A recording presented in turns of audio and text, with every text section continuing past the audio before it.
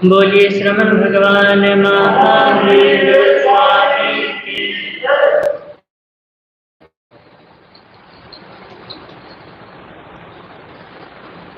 चौरासी की नींद से, चौरासी की नींद से मेरे सतगुरुआन जगा दिया। चौरासी की नींद से, चौरासी की नींद से मेरे सतगुरुआन जगा दिया। चौरासी की मोती था एक सीप में, सीप समंदर में डाल दिया। मोती था एक सीप में, सीप समंदर में डाल दिया। जो हरि बने गुरुदेव ने, जो हरि बने गुरुदेव ने मुझे भ्रम के पल्ले दबा दिया। जो हरि बने गुरुदेव ने मुझे भ्रम के पल्ले दबा दिया। चौरासी की ना जानू मैं कौन था, ना जानू क्या बन गया। ना जानू मैं कौन था, ना जानू क्या बन गया। मेहर करी गुरुदेव ने, मेहर करी गुरुदेव। मुझे काग से हंस बना दिया। मेहर करी गुरुदेव ने मुझे काग से हंस बना दिया। चौरासी की, चौरासी की नींद से मेरे सतगुरुआन जगा दिया। चौरासी की जन्म जन्म की भूल थी, भूल में वस्तु अनमोल थी। जन्म जन्म की भूल थी, भूल में वस्तु अनमोल थी। कृपा करी गुरुदेव ने, कृपा करी गुरुदेव ने मुझे अमृत जाम पिला दिया। कृपा करी गुरुदेव ने मुझे अमृत जाम पिला दिया। चौरासी की नींद से, चौरासी की नींद से मेरे सतगुरुआन जगा दिया। जो हरि बने गुरुदेव ने, बने गुरुदेव ने मुझे भ्रम के पल्ले दबा दिया। जो हरि बने मेहर करी गुरुदेव ने, मेहर करी गुरुदेव ने मुझे काग से हंस बना दिया। 84 की नींद से, 84 की नींद से।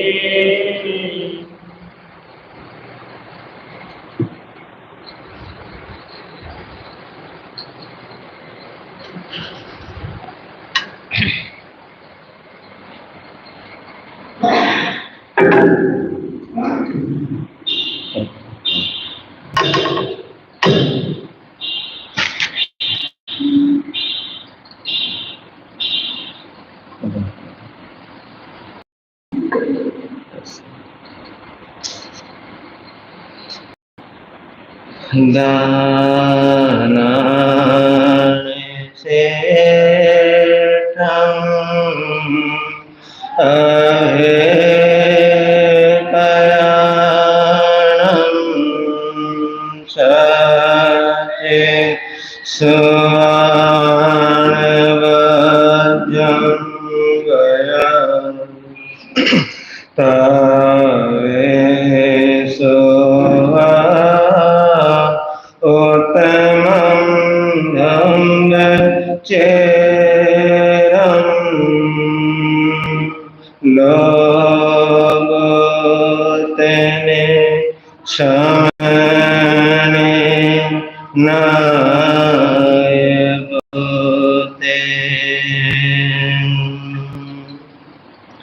गुरु श्री राम मुनि जी को मेरा हो प्रणाम। जिनका जग में ऊंचा नाम, जिनका जग में गुरु श्री प्रेम सुख जी को मेरा प्रणाम। जिनका जग में ऊंचा नाम, जिनका जग में ऊंचा नाम। दीन के बंधु करुणा सिंधु जपल सुबह और शाम।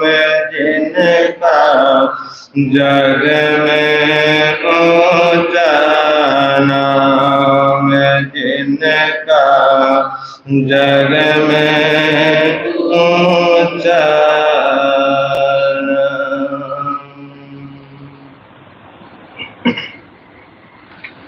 सबसे पहले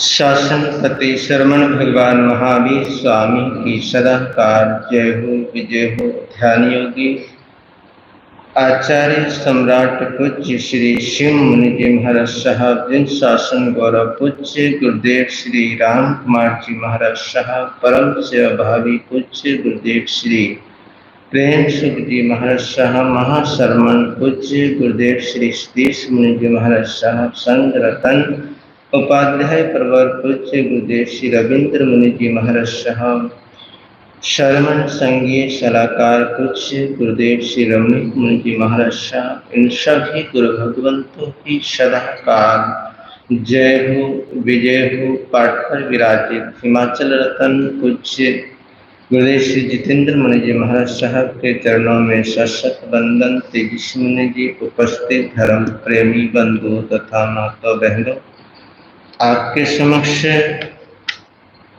कुछ कहूं उससे पहले गीत के माध्यम से कुछ चिंतन मनन करने का भाव रखते हैं। गीत के इन इशारों को, गीत के इन शब्दों को समझने का प्रयास करना है। अपनी जो अंदर जो कमियां हैं, उन कमियों को देखकर उन कमियों को निकालने का क्या करना है, निकालने का प्रयास करना है। पहले जो अंदर है कमियां, उन कमियों को निहारिए, उन कमियों को देखिए और निहारते हुए देखते हुए उन कमियों को दूर करने का क्या करें, प्रयास करें। क्योंकि यही कमियां तो है जो हमारे को क्या कर देती है, हमारे को भटका देती है, हमारे को धर्म से दूर कर देती है, हमारे को सदगुरु से, परमात्मा से दूर कर देती है। तो उन्हीं कमियों को तो निहारना है, उन्हीं कमियों को तो देखना है और उन्हीं कमियों को दूर करने का प्रयास करना है। अगर अंदर से कमियां निकल गई, अगर अंदर से कमियां दूर हो गई, तो ये हमारा जीवन सार्थक हो जाएगा। तो सार्थक कब होगा, जब हम कमियों को दूर करने का क्या करेंगे, प्रयास करेंगे। दुनिया में तो आया है तो कुछ करके जिए जा, दुनिया में तो आया है तो कुछ करके जिए जा, जीवन मिला अनमोल तो जिनवाण पिए जा, जीवन मिला अनमोल तो जिनवाण पिए जा। दुनिया में तो आया है तो कुछ करके दिए जा, दुनिया में तो आया है तो कुछ करके दिए जा, जीवन मिला अनमोल तो जिनवाण पिए जा, जीवन मिला अनमोल तो जिनवाण पिए जा। घर तेरा कहीं और तो आया है कहाँ से, घर तेरा कहीं और तो आया है कहाँ से, भटका हुआ तो खो गया है सारे जहां से, भटका हुआ तो खो गया है सारे जहां से। संयम से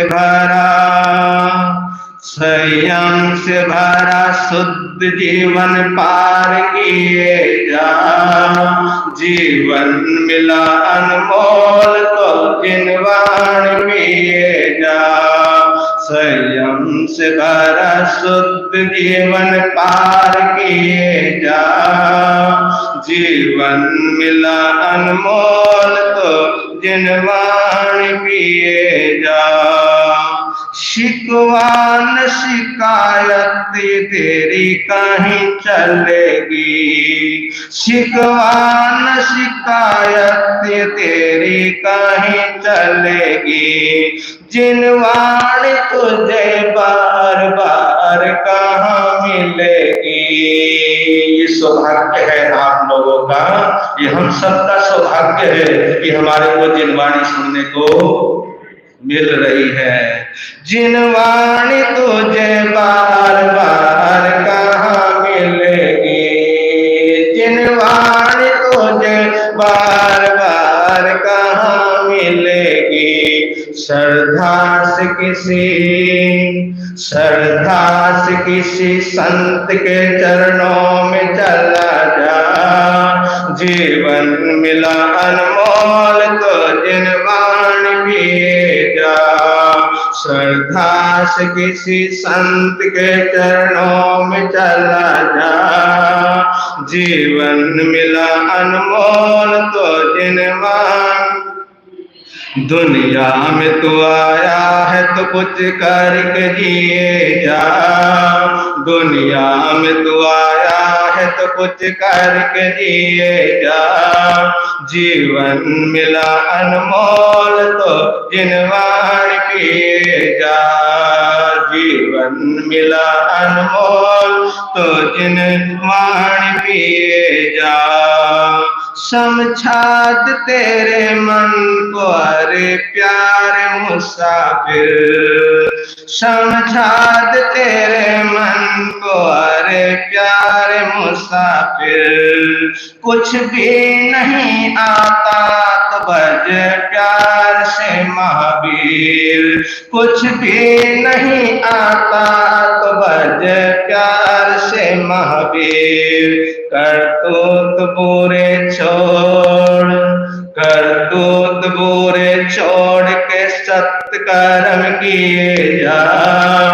जीवन मिला अनमोल तो जिनवाण पिए जा। करतूत बुरे छोड़ के सत्कर्म किए जा। जीवन मिला अनमोल तो जिनवाण पिए जा। दुनिया में तू आया है तो कुछ करके जिए जा। दुनिया में तू आया है तो कुछ करके जिए जा। जीवन मिला अनमोल तो जिनवाण पिए जा। जीवन मिला अनमोल तो जिनवाण पिए जा। डूबने न पाए नाव तेरी बीच भंवर में। डूबने न पाए नाव तेरी बीच भंवर में। रमण तो बीता जिंदगी को सत्य धर्म में। रमण तो बीता जिंदगी को सत्य धर्म में। लेके धर्म की नाव तेरे घर तू चला जा। जीवन मिला अनमोल तो जिनवाण पिए जा। लेके धर्म की नाव तेरे घर तू चला जा। जीवन मिला अनमोल तो जिनवाण पिए जा। दुनिया में तू आया है तो कुछ करके जिए जा। जीवन मिला अनमोल तो जिनवाण पिए जा। जीवन मिला अनमोल तो जिनवाण पिए जा। जीवन मिला अनमोल तो जिनवाणी पिए जा। कभी अपने आप से पूछा करो, कभी अपने आप से सवाल किया करो, कभी चिंतन किया करो, कभी मनन किया करो और अपने आप से पूछा किया करो, जरूर किया करो अपने आप से सवाल। अगर अपने आप से हम सवाल करेंगे, अंदर डूबकर करेंगे, तो वहां से जरूर कुछ ना कुछ जवाब जरूर मिलेगा। इसलिए कहते हैं परमात्मा सदगुरु कहते हैं, महापुरुष कहते हैं कि दुनिया से तो मुलाकात करते हो, किससे करते हो? तमाम जिंदगी बीत गई, दुनिया से क्या करते करते, दुनिया से मुलाकात करते करते तमाम जिंदगियां बीत जाती है, फिर भी ये मुलाकात खत्म नहीं होती है। कहते हैं कि दुनिया से मुलाकात करते हो, कभी अपने आप से भी मुलाकात किया करो, अपने आप से भी मुलाकात किया करो, स्वयं से भी मुलाकात किया करो।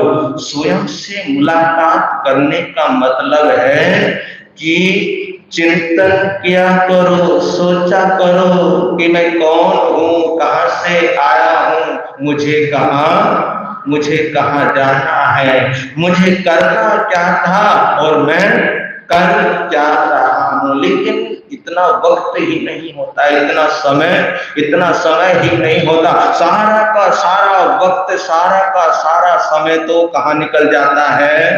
दुनिया से दुनिया से मुलाकात करते करते निकल जाता है। तो अपने दिल की भी कभी बात सुना करो, अपने दिल की, क्योंकि दिल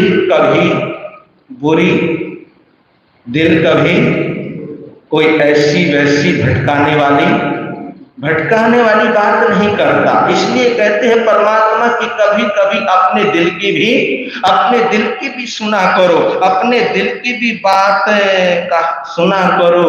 दुनिया की बातों में परमात्मा ने थोतापन बतलाया है। क्या बतलाया है? थोतापन होता है दुनिया की बात में। दुनिया की बात तो हमारे को भटका सकती है, दुनिया की बात तो हमारे को दुनिया के अंदर, इस संसार के अंदर रुला सकती है, क्योंकि उस दुनिया की बातों में कोई दम नहीं होता। उन बातों में कोई सार नहीं होता। वो क्या होती है? निसार हुआ करती है। तो आपकी बात में नई राह आपको मिलेगी, आपकी बात में आपको कुछ नया मिलेगा, कुछ नई बात मिलेगी, कुछ नई राह मिलेगी, कुछ नया रास्ता, कोई नया मार्ग मिलेगा। अंदर की आवाज सुनोगे, भीतर की आवाज सुनोगे तो अंदर से क्या हो जाओगे? अंदर से जुड़ जाओगे। कहां से जुड़ जाओगे? कब जुड़ जाओगे? जब हम अंदर की क्या सुनोगे? जब हम अंदर की आवाज सुनते हैं तो कहते हैं कि जो अंदर की आवाज सुनता है वो अंदर से क्या हो जाता है? वो अंदर से जुड़ जाता है। और जो बाहर की आवाज सुनता है वो बाहर ही रह जाता है, वो बाहर ही भटक जाता है, वो बाहर की दुनिया से ही जुड़ जाता है। इसलिए सोचो, चिंतन करो, मनन करो कि दौलत में तो डूबकर मैंने देख लिया, तब से लेकर अब तक मैं इसमें डूबा हूं, इस संसार में डूबा हूं, इस माया में डूबा हूं, इस दौलत में डूबा हूं। तो तब से लेकर अब तक मैं इस दौलत में तो डूबकर देख लिया, कारोबार करके तो देख लिया, एक बार अंदर का व्यापार भी, ये जो बाहर का व्यापार किया है, ये इतना ज्यादा काम आने वाला नहीं है जितना काम अंदर का व्यापार काम आएगा। तो बाहर का व्यापार तो मैंने अब कर लिया, बहुत कर लिया, बस अब नहीं, अब मैं क्या करूंगा? अंदर का व्यापार करूंगा। अंदर का व्यापार कर एक बार देखिए तो आपको लगेगा कि अभी तो गलत फहमियों में जी रहा है। जब हम अंदर की ओर डुबकी लगाते हैं, जब हम अंदर की ओर निहारते हैं, तब पता लगता है कि अभी तक मैं गलत फहमियों में ही क्या कर रहा था? गलत फहमियों में ही जी रहा था, गलत धारणों में ही जी रहा था। मंजिल तो मेरे अंदर थी, मंजिल तो मेरे अंदर ही थी, लेकिन मैं बाहर की ओर खोज रहा था। वो आती है ना एक पंक्तियां, तेरे अंदर चानन तू चानन लगता फिरता, तेरी सुई गुआची घर बिच तू बाहर लगता फिरता। अंदर है सब कुछ, अंदर आत्मा परमात्मा सब कुछ अंदर है, लेकिन हम उस तक पहुंच नहीं पाते, उसको हम समझ नहीं पाते। समझाने का तो भरपूर प्रयास करते हैं, गुरु भगवंत करते हैं, संत करते हैं, आगम करते हैं, जिनवाणी करती है, लेकिन हम उस तक पहुंच नहीं पाते। कहते हैं कि एक चीन का बहुत बड़ा ज्ञानी हुआ, एक बहुत बड़ा ज्ञानी संत हुआ। कहाँ का? चीन का एक बहुत बड़ा ज्ञानी हुआ, बहुत बड़ा संत हुआ, एक महात्मा हुआ, जिसका नाम है लाओ त्से। क्या नाम है? लाओ त्से। तो बड़ा ही विद्वान संत था, बड़ा ही ज्ञानी संत था, महावीर के समकालीन हुआ। कब हुआ? महावीर के समकालीन हुआ संत लाओ से। और अजब की बात है, गजब की बात है कि इनकी वाणी में भगवान का असर नजर आता है। किसकी वाणी में? लाओसे की वाणी में परमात्मा की वाणी का क्या आता है? असर नजर आता है। 2500-2600 साल वर्ष पहले भगवान बुद्ध भी हुए। कौन हुए? भगवान बुद्ध भी हुए, महावीर भी हुए। इन तीनों की वाणी में एक समानता झलकती है, चाहे वो भगवान बुद्ध हो, चाहे वो परमात्मा भगवान महावीर है। तो जो ये लाओसे है, इन तीनों की वाणी में एक जैसी समानता क्या होती है? समानता झलकती है। इन तीनों एक रूपता इन तीनों के अंदर क्या होती है? झलकती है। इसमें अगर हम डूबे, अगर इसमें हम गहराई में जाए, गहराई में जाकर डूबकर अगर हम चिंतन करें, मनन करें, तब पता लगेगा कि ये महापुरुष एक जैसे ही हुए हैं और इनकी वाणी भी एक जैसी हुई है। और इनकी वाणी में वो दम है, वो शक्ति है। अगर इनकी वाणी को हृदय में कोई बिठाता है तो उसका हृदय क्या हो जाता है?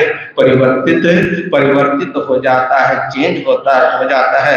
तो उन्होंने अपनी वाणी को अपने शब्दों में पिरोकर, अपनी वाणी को अपने शब्दों में पिरोकर एक चैप्टर दिया।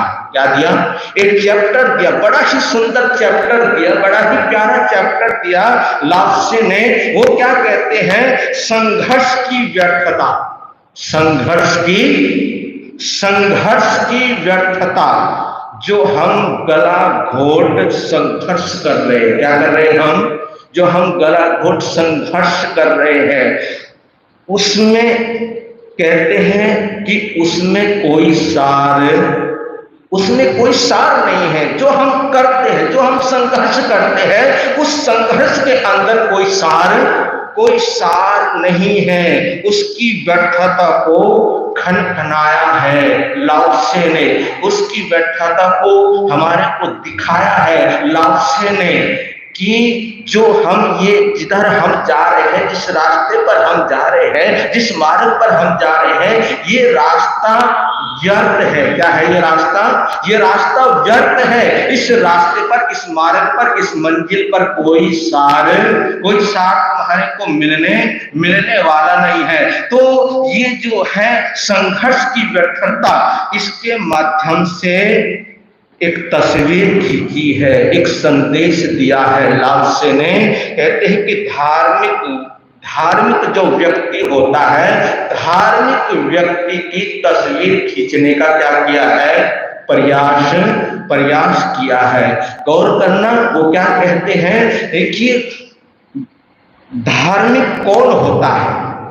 धार्मिक व्यक्ति की एक तस्वीर खींची है कि धार्मिक कौन होता है। इसका बहुत सुंदर ढांचा उन्होंने क्या किया है?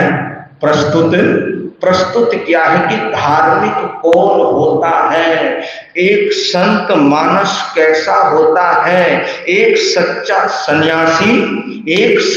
सन्यासी कैसा होता है, कौन होता है। साधना करने वाले को साधक कहते हैं। ये बात मैंने आपको पहले बतलाई थी कि जो साधक होता है, जो साधना करते हैं, उस साधना करने वालों को क्या कहते हैं?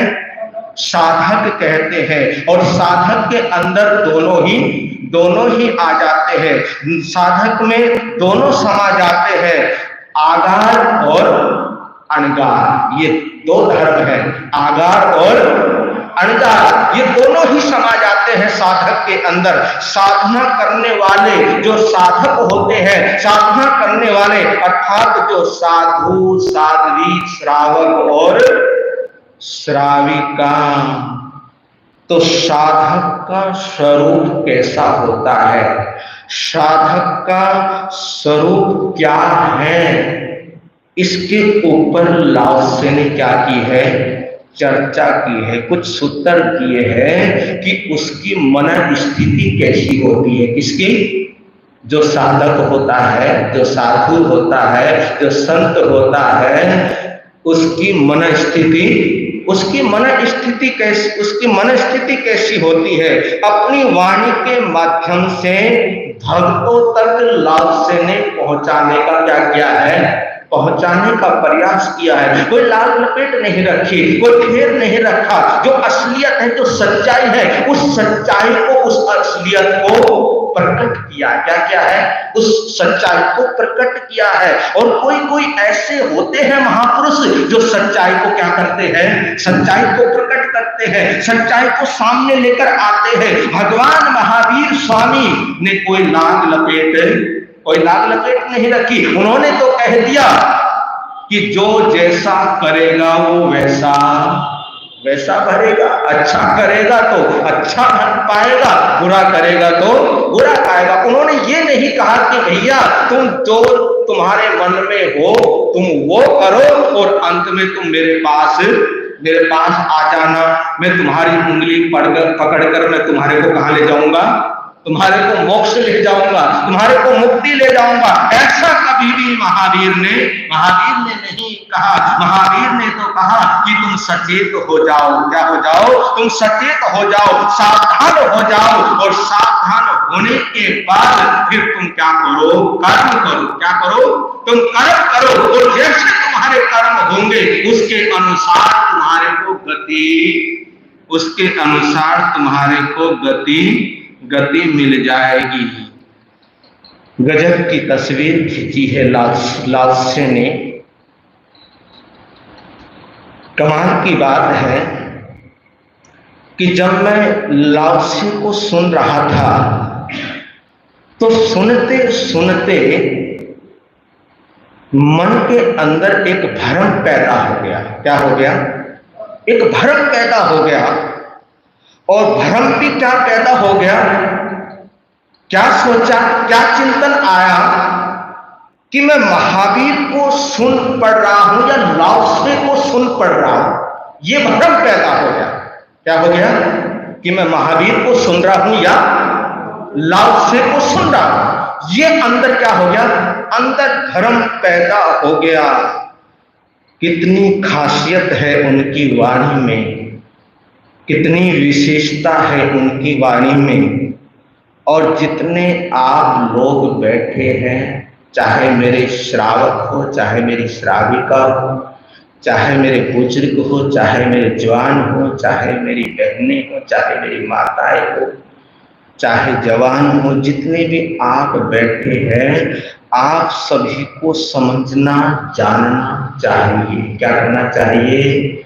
आप सभी को समझना चाहिए, आप सभी को जानना चाहिए। और अपनी अपनी कमियों पर निगाह, अपनी अपनी कमियों पर, अभी मैंने बोला था ना कि हम अपनी अपनी कमियों पर क्या करें? निगाह डालें, नजर डालें। जब हम अपनी अपनी कमियों पर निगाह हमारे को क्या करनी चाहिए? निगाह डालनी चाहिए, नहीं डालनी चाहिए, है ना? अगर निगाह डालोगी तो तभी तो कमी क्या होगी? तभी तो कमी दूर होगी, तभी तो उस कमी से हमारा क्या होगा? छुटकारा होगा। तभी तो अंदर से वो कमी निकलेगी। गलती पे गलती करते जाओ और उन गलतियों का एहसास ना करो तो गलतियां तो होती ही जाएगी। और बुद्धिमान उसी को कहते हैं, समझदार उसी को कहते हैं। एक बार बादशाह ने बीरबल से पूछा कि बीरबल तू ये बता कि तू इतना बुद्धिमान कैसे बन गया? क्या बन गया? तू इतना बुद्धिमान कैसे बन गया? तो बीरबल ने कहा कि जहां पन्हा मैं दूसरों की गलतियों को क्या करके दूसरों की गलतियों को देख कर मैं क्या बन गया? मैं बुद्धिमान बन गया। दूसरों ने जो गलतियां की है उन गलतियों को मैंने नहीं किया, उन गलतियों को मैंने नहीं दोहराया, इसलिए मैं क्या हो गया? इसलिए मैं बुद्धिमान बन गया। तो अपनी अपनी कमियों पर हमारे को निगाह डालनी चाहिए।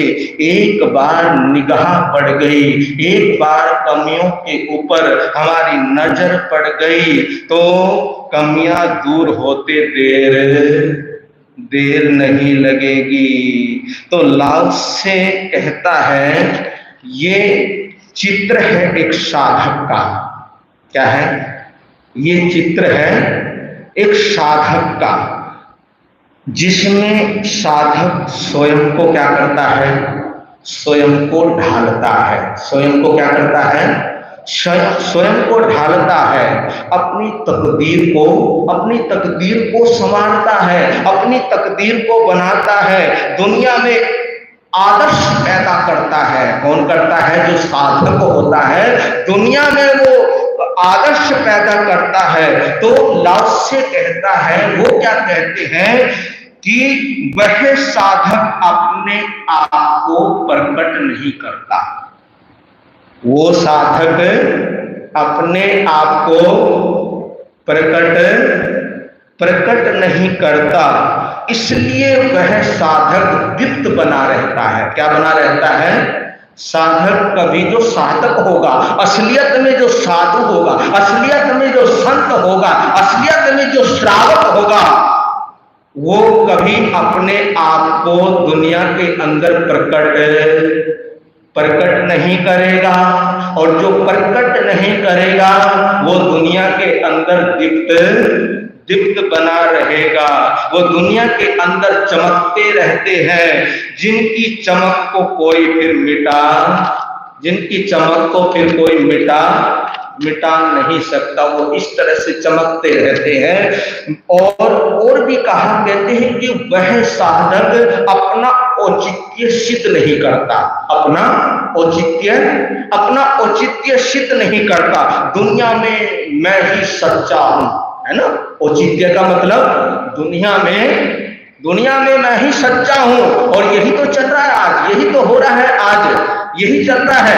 एक श्रावक कहता है कि मैं सच्चा हूं, एक साधु कहता मैं सच्चा हूं। मेरे से सच्चा कोई श्रावक, मेरे से अच्छा कोई श्रावक हो ही नहीं सकता, मेरे से अच्छा कोई साधु हो ही नहीं सकता। और जहां पर ये बात आती है वहीं पर तो वाद और विवाद होता है। ये जो वाद विवाद होता है ये अहम में होता है। किसमें होता है? ये अहम में होता है, अहंकार में होता है, अपने को प्रकट करने में होता है, अपने को दिखाने में होता है कि दुनिया लोग मुझे क्या करे, दुनिया लोग मुझे जाने। तो जो सच्चा जो साधक होता है वो अपना औचित्य सिद्ध नहीं करता कि दुनिया में मैं ही सच्चा साधक हूं, दुनिया में मेरे जैसा कोई श्रावक नहीं है, दुनिया में मेरे जैसा कोई भक्त नहीं है। मैं इतना त्यागी, मैं क्या? देखियो शब्दों में देखना, मैं कितना त्यागी। और ये मैं ही तो काम खराब करती है। क्या करती है? ये जो मैं है ना, ये मैं ही तो काम खराब करती है। और ये मैं ही हमारी गति को क्या कर देती है? हमारी गति को बिगाड़ देती है। एक युवक एक महात्मा के पास गया, महात्मा से पूछने लगा कि महात्मा ये बतलाओ कि नरक में कौन जाता है? क्या पूछा? कि नरक में कौन जाता है? किसने पूछा? उस युवक ने पूछा एक महात्मा से कि महात्मा जी ये बतलाओ कि नरक में कौन जाता है। तो महात्मा ने कहा उस युवक से कि ये कौन पूछता है, ये कौन पूछता है? तो युवक ने कहा कि मैं पूछता हूं। तो महात्मा ने कहा कि मैं ही नरक में जाता है। तो ये जब मैं आ जाती है, दुनिया में मेरे जैसा कोई नहीं है, मेरे जैसा भक्त दुनिया में कोई नहीं है। मैं इतना त्यागी, मेरी इतनी बड़ी, मेरी इतनी ऊंची क्रिया, मैं ऊंचा श्रावक, ये कभी नहीं कहता, ये कभी नहीं कहता। कौन नहीं कहता? जो असलियत में जो साधक होता है, उसके मन के अंदर ये भाव नहीं आते कि मैं ही असली श्रावक, मैं ही असली साधु और मेरा सबसे बड़ा क्या है, मेरा सबसे बड़ा त्याग है। तो अपनी श्रेष्ठता का दावा नहीं करता। कौन नहीं करता?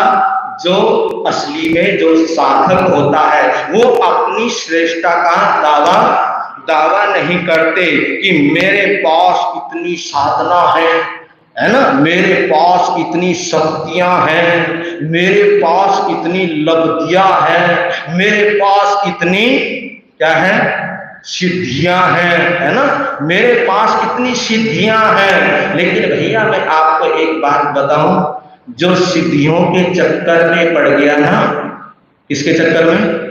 जो सिद्धियों के चक्कर में पड़ जाता है, वो आत्मा की शुद्धि से दूर, वो आत्मा की शुद्धि से क्या हो जाता है, वो आत्मा की शुद्धि से दूर हो जाता है। क्योंकि सिद्धियों में जो पड़ जाता है तो फिर वो अपनी आत्मा से क्या हो जाता है, वो दूर हो जाता है। भगवान ने तो सहज बतलाई है साधना कि तुम सहज हो जाओ और सहज होकर तुम क्या करो, तुम साधना करो। तो जो सहजता से जो साधना करते हैं वही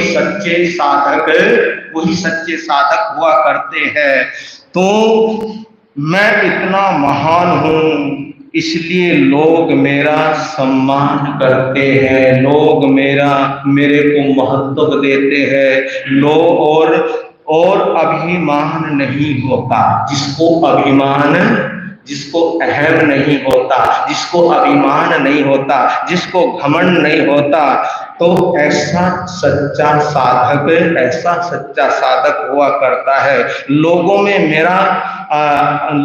में आदरणीय बना रहूं, लोग मेरा आदर करे, लोग मेरा सम्मान करे। सच्चे साधक के अंदर ये भाव नहीं आते। सच्चा साधक तो अपने आप ही लोगों में आदरणीय बना रहता है। सच्चा साधक वो आनंदमयी आत्मा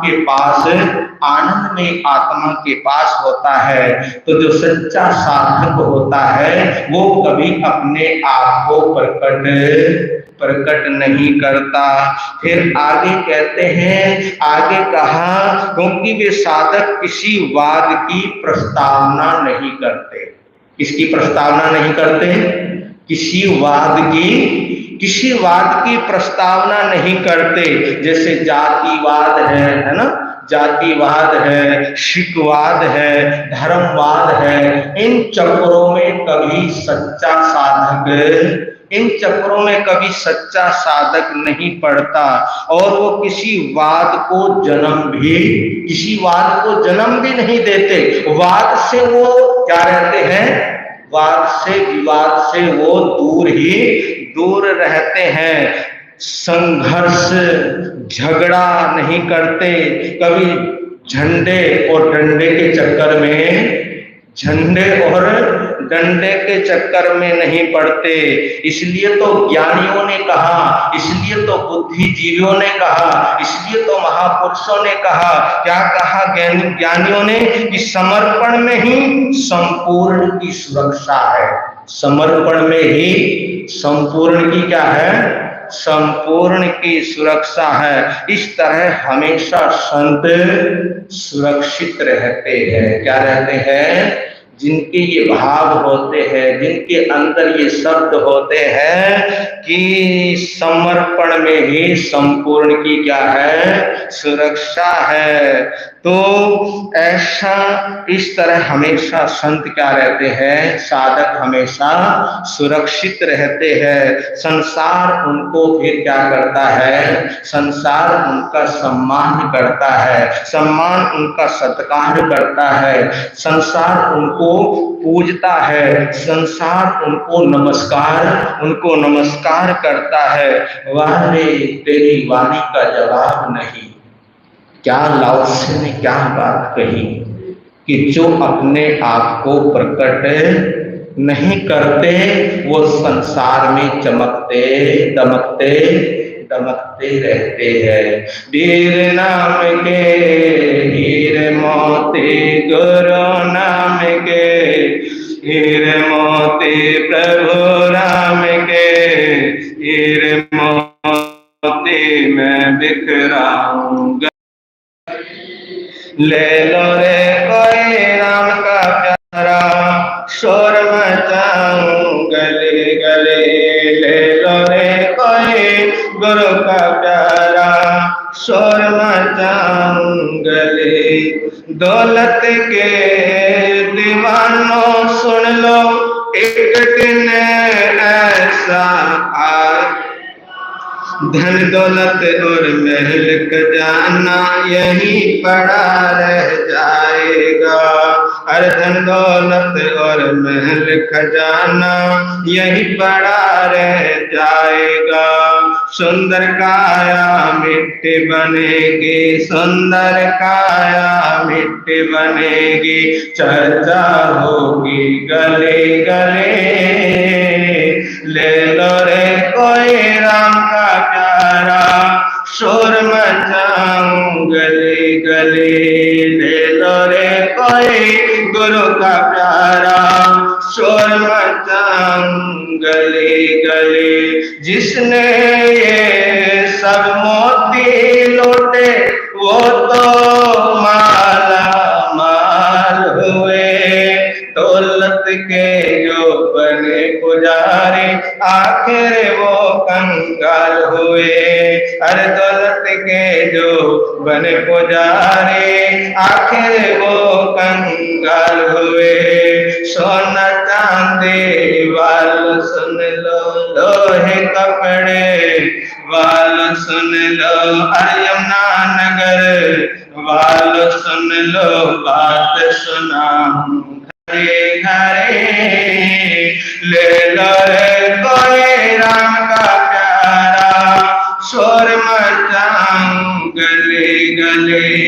ले लो रे कोई गुरु का प्यारा, शोर मचाऊं गले गले। हो शोर मचाऊं, शोर मचाऊं, शोर मचाऊं गले गले। जय गुरु जी शासन, जय आचार्य प्रभु महावीर स्वामी को आनंद आस्था के साथ से नमस्कार करते हुए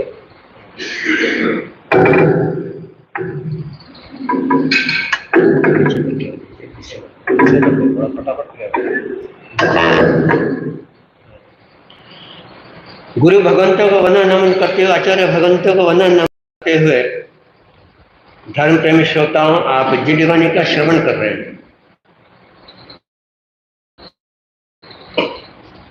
भगवान महावीर स्वामी अपनी धर्म देशना में हमें उद्बोधन देते हैं, फरमाते हैं, आना निर्देश करे गुरुन मुवाय ताराई, इंद्रियगार संपन्न से विनय की गुच्चाई। जो गुरु की आज्ञा का पालन करते हैं,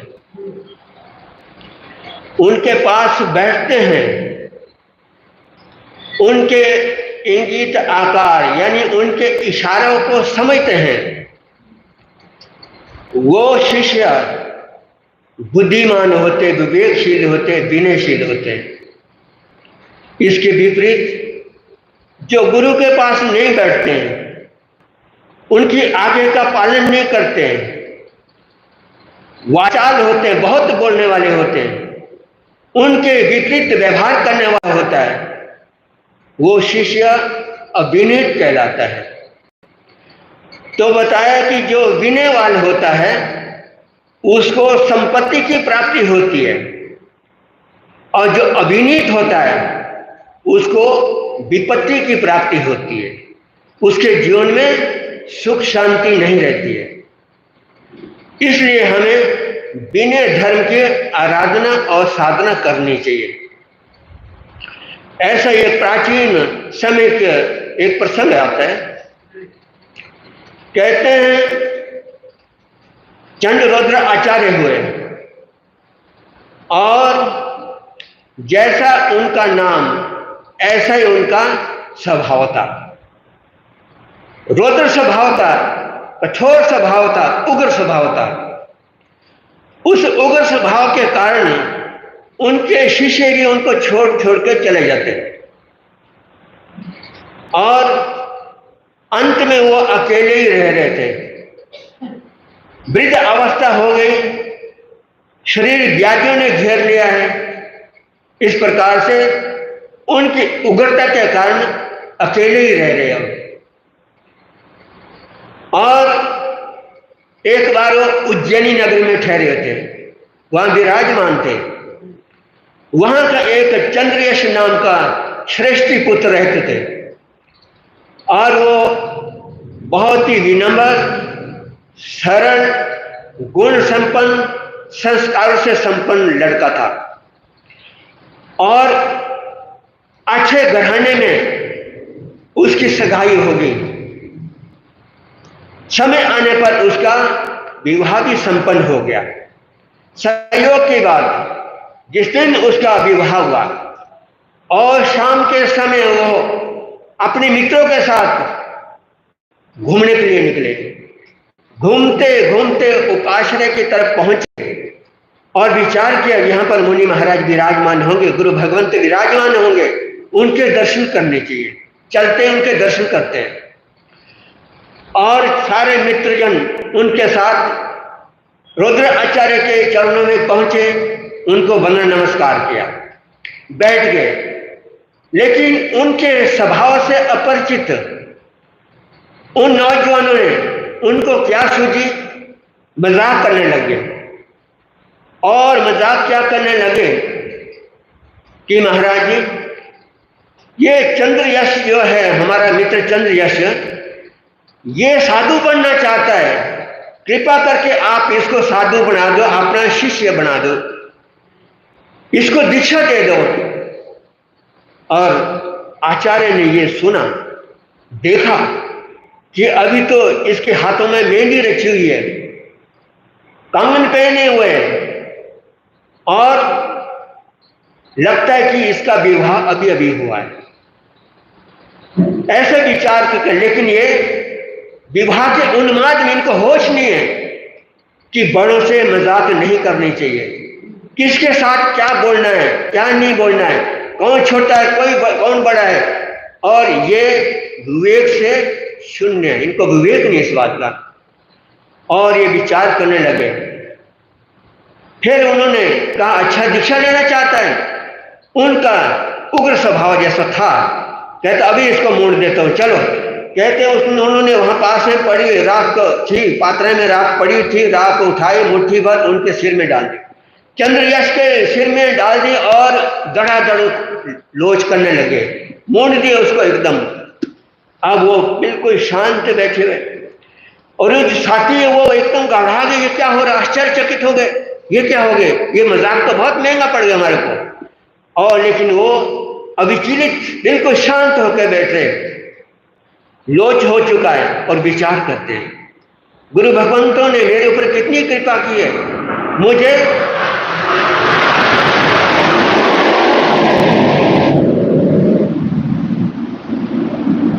साइम का दान दिया है, साइम रतन दिया है, मेरा बहुत भाग्य है, मेरा भाग्य उदय हो गया।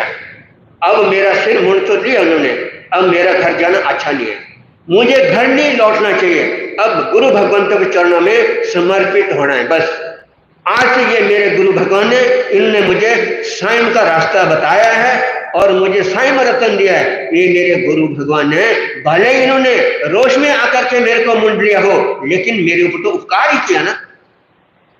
मेरी किस्मत अच्छी थी जो मेरे साथ ऐसा हुआ, क्योंकि वो विचार करते हैं कि आज ही मेरा विवाह हुआ है और आज ही ऐसा प्रसंग बन गया कि मुझे दीक्षा प्राप्त हो गई है।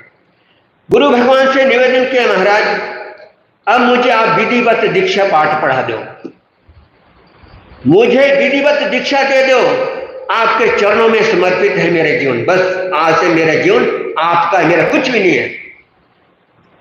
और आचार्य ने उनको वस्त्र दिए, दीक्षा पाठ पढ़ाया और वो साधु बन गए, बड़े प्रसन्न हैं। लेकिन फिर वो विचार करते हैं चंद्रयश मुनि कि दीक्षा तो मैंने ले लिया, लेकिन यदि मेरे परिजनों को, परिवार को यह पता चल गया कि ऐसी घटना घटी है तो फिर यहाँ पर उपद्रव हो जाएगा, क्लेश हो जाएगा और वो सारे परिवार यहाँ पहुंचेंगे, उपद्रव मचा देंगे और ये अच्छा नहीं होगा, इससे असामाजिक की प्राप्ति होगी। मेरे वृद्ध गुरु है, बीमार है बेचारे, है नहीं, तो फिर क्या बीतेगी इनके साथ, और ऐसा वातावरण ना बने। गुरु भगवान से निवेदन किया, महाराज यहां से हमें विहार करना चाहिए, मेरे एक निवेदन है, क्योंकि मैंने दीक्षा तो ले ली, लेकिन यदि मेरे परिजनों को, परिवार को, रिश्तेदारों को इस बात का पता चल गया वो सभी यहाँ आएंगे और उपद्रव करेंगे, क्लेश करेंगे, इसलिए मैं चाहता हूं कि यहां से विहार कर लें, हमारे को यहां से विहार करना चाहिए। और आचार्य कहने लगे तेरे को पता नहीं है क्या, तेरे को नजर नहीं आ रहा है, मैं वृद्ध हूं, आसक्त हूं, कमजोर हूं, मेरे से चला तो जाता ही नहीं है, बीमार हूं, कैसे विहार करूंगा मैं। तो शिष्य ने कहा गुरु भगवान इसकी फिक्र आपने नहीं करनी, इसके बारे में आपने सोचना नहीं, मैं हूं ना नौजवान, मैं आपका समर्पित शिष्य हूं, मेरा तन मन सब आपका है, आप मेरे कंधे पर बैठ जाइए, मैं आपको विहार करा दूंगा, आप चिंता ना करो। लेकिन यहाँ नहीं रहना, यहाँ रहना उपद्रव से खाली नहीं है, खतरे से खाली नहीं है, और चलो यहाँ से चलते हैं। और उधर वो साथी वहां से चले गए, 9-2-11 हो गए, और कहते हैं उन्होंने विहार का विचार किया, कंधे पर बैठे चलने लगते। सांझ होगी, दिन ढल चुका है और अमावस की रात्रि, घना जंगल, घनघोर जंगल और अमावस की रात्रि, अंधकार, भयंकर अंधकार, अनजान मार्ग, रास्ते का पता नहीं, उबड़ खाबड़ रास्ता है, अनजान रास्ता है। अब वो जा रहे उस रास्ते से, कभी पैर इधर रखते तो उधर पड़ जाता, इधर रखते तो उधर पड़ जाता, उधर कंधे पर बैठे गुरु को बड़ा कष्ट होता, बड़ी वेदना होती है, और वो उसको भला बुरा कहते हैं, वो उस पर क्रोध करते, गुस्सा करते, और कभी कभी ओगे से मार भी देते, सिर में मुंडे और सिर में ओगा मार देते हैं, और तेरे से देख के नहीं चले जाता, मेरे को तकलीफ हो रही है, देख के चल, कैसे चल रहा है। वो विचार करते हो मेरे गुरु भगवान को मेरे कारण कितनी अशांति हो रही है, कितनी वेदना हो रही है, और इसका कारण मैं ही हूं, मेरे कारण से आज इस अंधेरी रात्रि में विहार करना पड़ रहा है, इनको कितना कष्ट उठाना पड़ रहा है। ये मेरे गुरु महाराज धन्य मेरे उपकारी गुरुदेव, मैं उनको समाधि नहीं पहुंचा सकता, लेकिन उल्टा मेरे कारण इनको कष्ट उठाना पड़ रहा है। और इस प्रकार से चिंतन करते हैं, जैसे जैसे संभालने की कोशिश करते, पैर को संभल के चलने की कोशिश करते हैं, लेकिन वो पैर तो उबड़ खाबड़ में, अंधेरी रात्रि में, क्योंकि वहां कोई पथरीली जगह है, कोई कांटे हैं, झाड़ियां हैं, इस प्रकार चलते चलते उनको बड़ा कोशिश करते यत्न से चलने, लेकिन फिर भी उनको झटका लग जाता है, और गुरु महाराज कंधे पर बैठ के उनको नाराज हो रहे हैं, उनको होगा मार रहे हैं, गालियां बक रहे हैं, कंधे पर कई मुट्ठी मारते हैं, पैर मारते हैं, लेकिन फिर भी वो अपनी समता में स्थिर है। इतनी सहनशीलता और उनका चिंतन अपनी तरफ, गुरु महाराज की तरफ, मेरे गुरु महाराज तो मेरे कारण इनको आज तकलीफ उठानी पड़ी, मैं कैसे शिष्य हूं, धिकार है मुझे। ऐसा चिंतन करते करते कहते हैं उनको केवल ज्ञान की प्राप्ति होगी। अब वो सीधे चलने लगे, बड़े आराम से चल रहे हैं। जब ठीक से चलने लगे हैं, गुरु महाराज पूछते क्या बात है, अब डंडे खा के अब सीधा हो गया ना तू, अब सीधा रास्ते चल रहा है। भगवान आपकी कृपा है गुरुदेव, गुरु भगवान आपकी कृपा है, क्या तेरे को ज्ञान हो गया? गुरुदेव जी आपकी कृपा है। अरे कौन सा ज्ञान हो गया? केवल ज्ञान हो गया। गुरु भगवान आपकी कृपा है। ओहो, अब वो पश्चाताप करते एकदम नीचे उतर के कंधे से, मैंने केवली की आशातने की, अपने केवली शिष्य की आशातने की धिकार है मेरे को, मैं इतना नालायक, इतना उग्र, इस प्रकार इतना कठोर व्यक्ति हूं, मैंने तो उसकी आशातना की, अभिनय की है और नीचे उतरा, पश्चाताप कर रहे हैं, धिक्कार है मेरे को। इस प्रकार से पश्चाताप की अग्नि में वो जल रहे हैं, लेकिन फिर भी उनको भी पश्चाताप करते करते केवल ज्ञान की उपलब्धि होगी। तो शास्त्रकार कहते हैं जो विनयवान शिष्य होता है वो क्रोधी गुरु को भी शांत कर लेता है, जो अभिनीत होता है, उद्दंड होता है, उग्र होता है, वो शांत चित्त वाले गुरु को भी अशांत कर लेता है, असमाधि का कारण बना देता है। तो ये एक इतिहास की बहुत ऐसी सुंदर घटना है, इससे हमें शिक्षा मिलती है कि कैसे शिष्य होना चाहिए, कैसे व्यवहार होना चाहिए। ऐसा ही एक छोटा सा एक और प्रसंग आता है। कहते हैं एक कथा साहित्य में कथा आती है, वो निमक नाम का एक मुनि थे और उनकी माताजी का देहांत हो गया था। पिताजी अम्बरीषी थे और वो दीक्षित हो गए। दीक्षित हो गए, जैसा निमक उसका नाम था ऐसा उसका कड़वा स्वभाव था, झगड़ालू स्वभाव था, क्लेश करता था, अहंकारी था, अभिमानी था, इतना उद्दंड था और उस उद्दंडता के कारण संघ में अशांति का वातावरण था और वहां पर क्लेश करता था, अशांति का वातावरण बना देता था। और एक दिन सभी मुनि संघ के मुनियों ने आचार्य से निवेदन किया, भगवान इस निम्ब के साथ हमारा निर्वाह करना बहुत मुश्किल है, असंभव है और इसको संघ से या तो अलग कर लो या कुछ और उपाय कर लो। आचार्य ने जब ये सुना, विचार किया, ये ठीक करे, इसने सारे संघ में अशांति फैला रखी है, इसके उग्र स्वभाव के कारण सबको असमाधि पहुंच रही है, उसको अपने संघ से अलग कर दिया, निकाल दिया वहां से। अब गुरु उनके साथ जो था अम्बरीषी, वो भी उसके मोह में उनके साथ हो गया, दोनों अलग विचरण करने लगे बाप बेटा और इधर उधर भटकते भटकते भटकते किसी अन्य गच्छ में जाकर के मिल गए। कुछ समय तक थोड़ा ठीक रहे, लेकिन उसके बाद फिर उसके स्वभाव ने अपना काम किया, वहां भी ऐसे अशांति का माहौल बन गया, वहां भी क्लेश का वातावरण रहने लग गया और वहां के जो मुख्य थे उन्होंने उनको वहां से निकाल दिया, वहां से भी निकाल दिया, अपमानित होकर के वहां से निकलना पड़ गया। फिर दूसरी जगह जाते, तीसरी जगह जाते, जहां भी जाते उसके कड़वे स्वभाव के कारण उनको वहां से अपमानित होकर के निकाल दिया जाता है। अब कहां जाए, क्या करें, बड़ा मुश्किल हो गया, इधर उधर भटक रहे और चित्त में अशांति असमाधि है।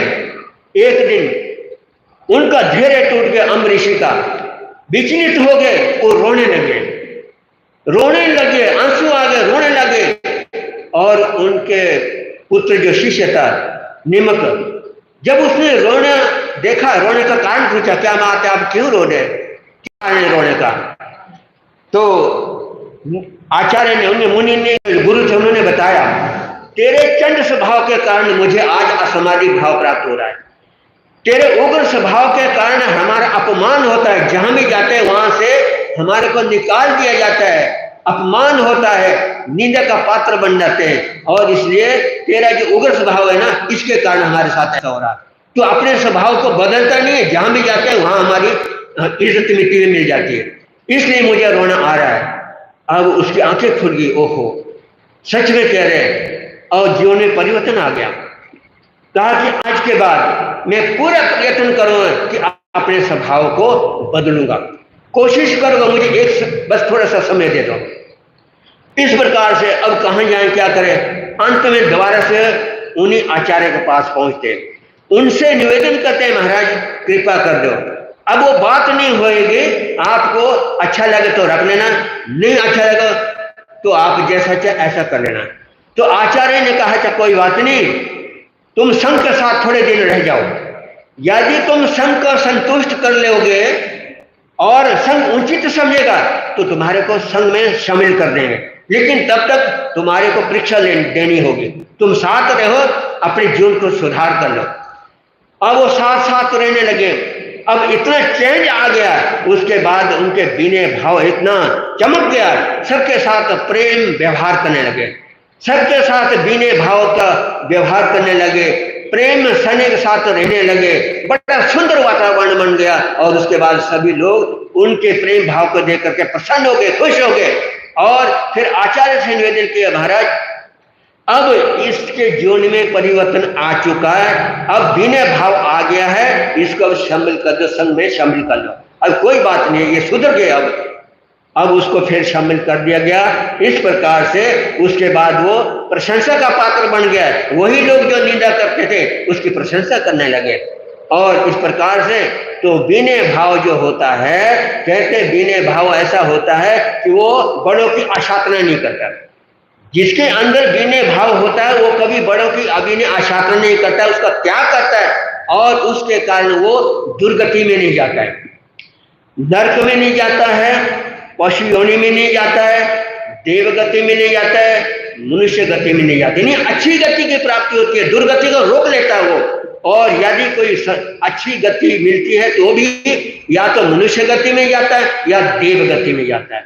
इसलिए आशातना नहीं करनी चाहिए कभी भी किसी की। आशातना बहुत बुरा परिणाम देती है, जैसे गोए की आग धीरे धीरे जलती है, सुलगती है, ऐसी विनय जो अभिनय जो आशातना होती है वो उसके जीवन को बर्बाद कर देती है। तो कभी भी कहते हैं हमें अवहेलना नहीं करनी चाहिए, चाहे छोटा हो चाहे बड़ा हो, जो भी हो जैसा हो, हमें समभाव रखना चाहिए, समभाव का जीवन जीना चाहिए। इस प्रकार से जो जीवन में विनय धर्म का आराधना करता है, विनय भाव को अपना लेता है, वो इस लोक में भी सुखी होता है, परलोक में भी सुखी होता है। आगे जैसा प्रसंग होगा देखिए।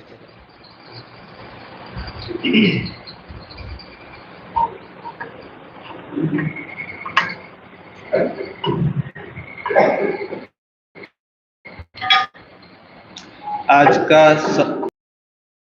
सचखंड रहेगा कि आज किसी की भी विशेषता की प्रशंसा जरूर करें। क्या करें? किसी की भी चाहे कोई भी हो, वो अगर उसके अंदर कोई विशेषता है, अगर उसके अंदर कोई गुण है, तो उन गुणों की, उन विशेषताओं की उसकी क्या करें? प्रशंसा करें। पछान लीजिए। हाँ जी, हर्ष हर्ष। और कुछ यहाँ पर जो तपस्या चल रही है, कुमारी इशिका जैन, सुपुत्री अश्विनी जैन, छाया जैन, आज इस बच्ची के एकासनों का 26वां दिन है। वो अपना प्रत्यक्षान पचखान लेकर चले गए हैं। और श्रीमती जैन और बेटा शुभम जैन, आज इन दोनों के एकासनों का 22वां दिन है।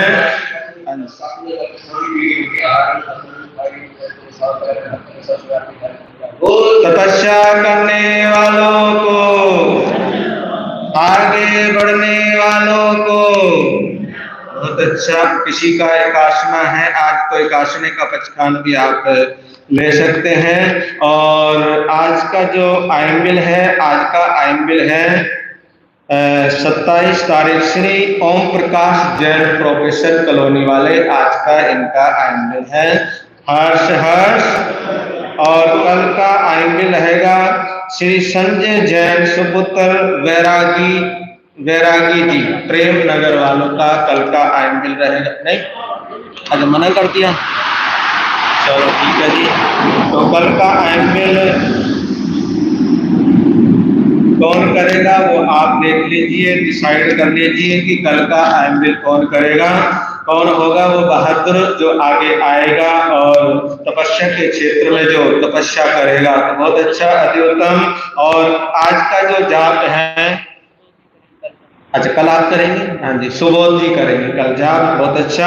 और आज का जो जाप है, आज के जाप में लाभार्थी परिवार है श्री मुकेश जैन, उनकी पत्नी रेणु जैन, सुपुत्र प्रणव जैन, सुपुत्री कनिष्का जैन, जैन नगर छोटी लाइन में रहते हैं। मुकेश जी खड़े हैं जी, उधर को मुंह कर लीजिए। और ये देखिए, आपको विनती कर रहे हैं हाथ जोड़कर कि आज हमारे परिवार का सौभाग्य है और उस सौभाग्य को और बढ़ाने के लिए आपने 4 से 5 चौमुखी जाप में आपने सभी ने पहुंचना है। कोशिश नहीं करनी, क्या नहीं करनी? कोशिश नहीं करनी। अगर कोशिश करोगे तो रह जाओगे, कोशिश करोगे तो रह जाओगे। आपने क्या करना है? आपने जाप में पहुंचना है। तो बहुत अच्छा।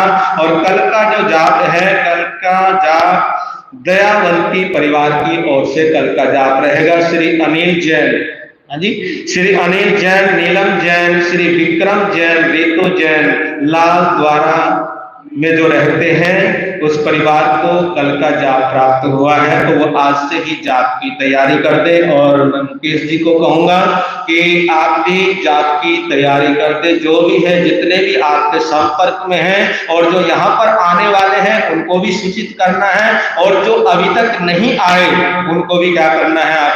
आपने सूचित करना है।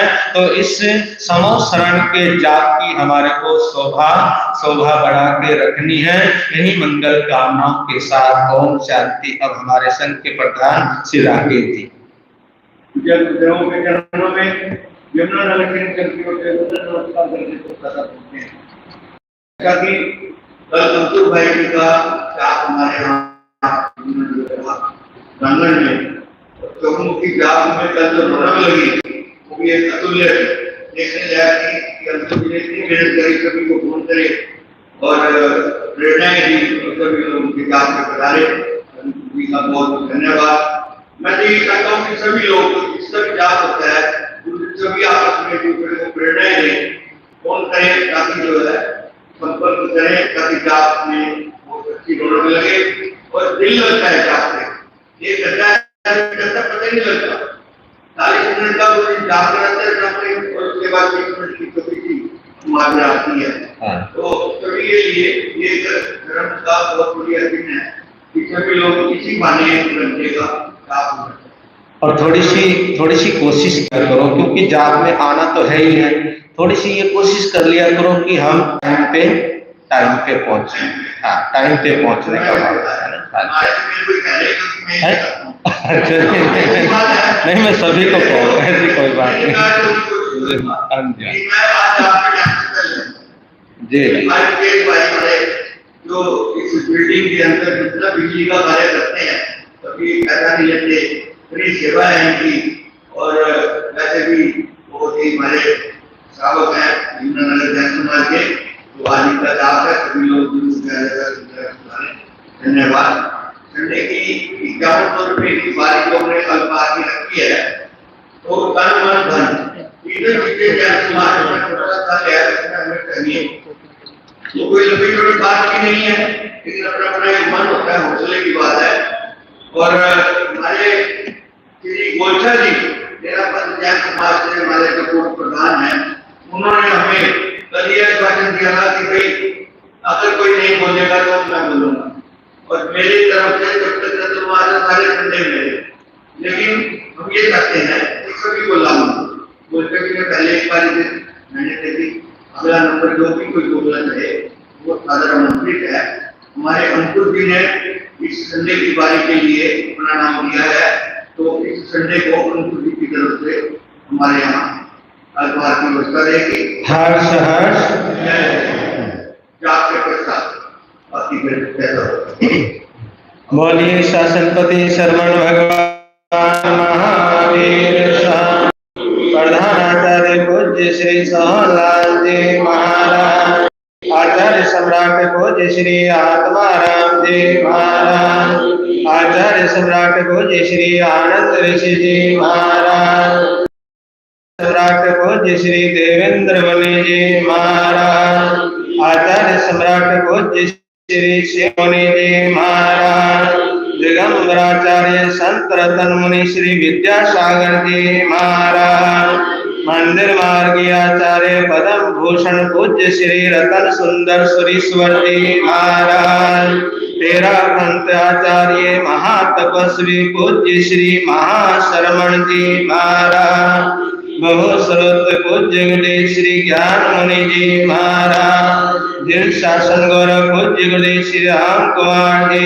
महाराज, संत गौरव पूज्य गुरुदेव श्री प्रेम सुख जी महाराज, अध्यात्म विद्यावागे पूज्य गुरुदेव श्री भद्र मुनि जी महाराज, महाशरमण पूज्य गुरुदेव श्री सतीश मुनि जी महाराज, संघ रत्न उपाध्याय परम पूज्य गुरुदेव श्री रविंद्र सर्वण संगीत सलाहकार पूज्य गुरुदेव श्री रवनीत मुनि जी महाराज, हिमाचल रत्न पूज्य गुरुदेव श्री जितेंद्र मुनि जी महाराज, दुनिया के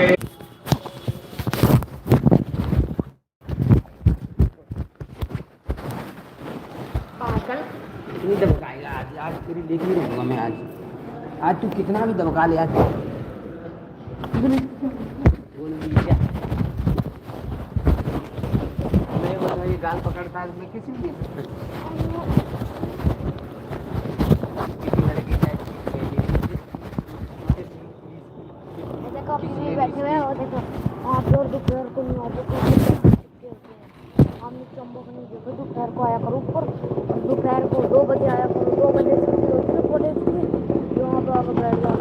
देखो अब ये स्कूल जाने के लिए कैसे ये 2 इधर बैठे 2 उधर बैठे, ये सारे कॉलेज है यहाँ पे।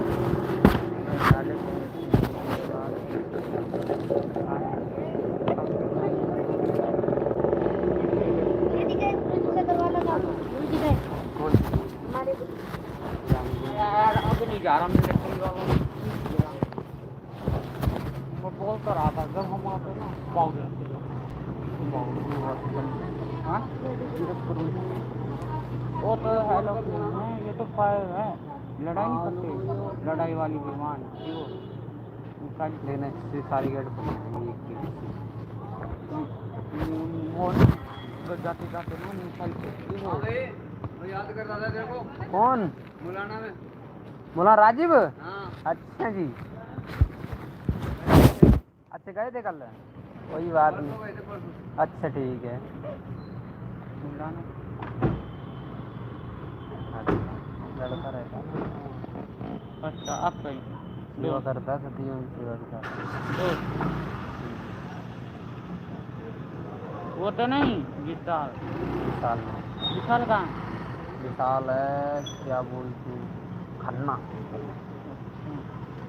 पंजाब की तरफ खन्ना में गन्ना खा रहा है क्या कर रहा है खन्ना में गन्ना खा रहा है कर रहा है वो मुड़ जाएगी वे पकड़ा फिल्टर है क्या वो हेडफोन मारता है कौन विशाल कुछ नहीं हेडशॉट कोई नहीं मारना वो इतनी ये स्क्रीन तो ले रखी है बाल इतना भयंकर ले रखा है टोपा वाला फिर भी अच्छे से नहीं कर पाता वो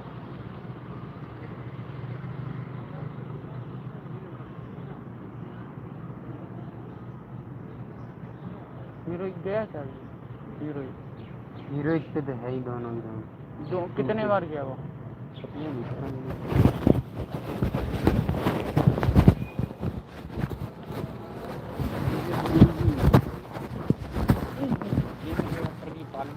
यार दो गई कर गए तो बात कर दीजिए दो गई क्या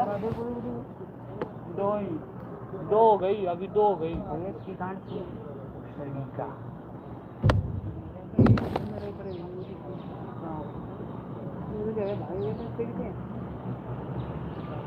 अरे ये ऐसा नहीं होता ये ऊपर वो चढ़ा दिया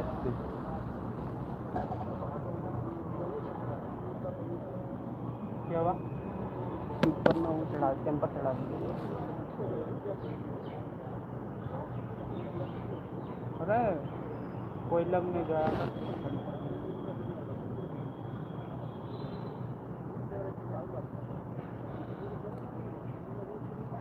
कैसे भाई भाई झंझे डोरे फेर रहा है हाँ कैसे भाई भाई झंझे डोरे फेर रहा है अरे वहाँ ना देखो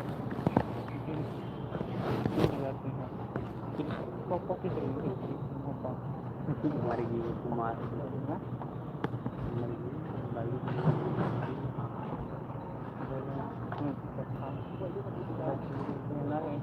क्या करेगा वो, मारेगा क्या?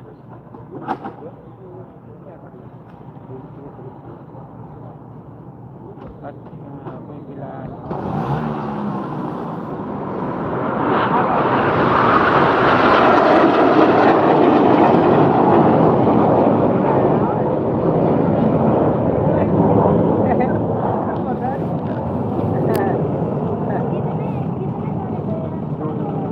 चार गए हमारे सामने तो चार ही गए ना, साथ निकल गए होंगे एक साथ, दो दो जा रहे, चार गए। सामने हाँ जी, हाँ मलाई हो गया होगा जब ये तेज भाग रहे। लग जाएगा। ये तो गर्म हो रहा है भयंकर। हाँ? गड़बड़ है। पक्का तैयारी चल रही है।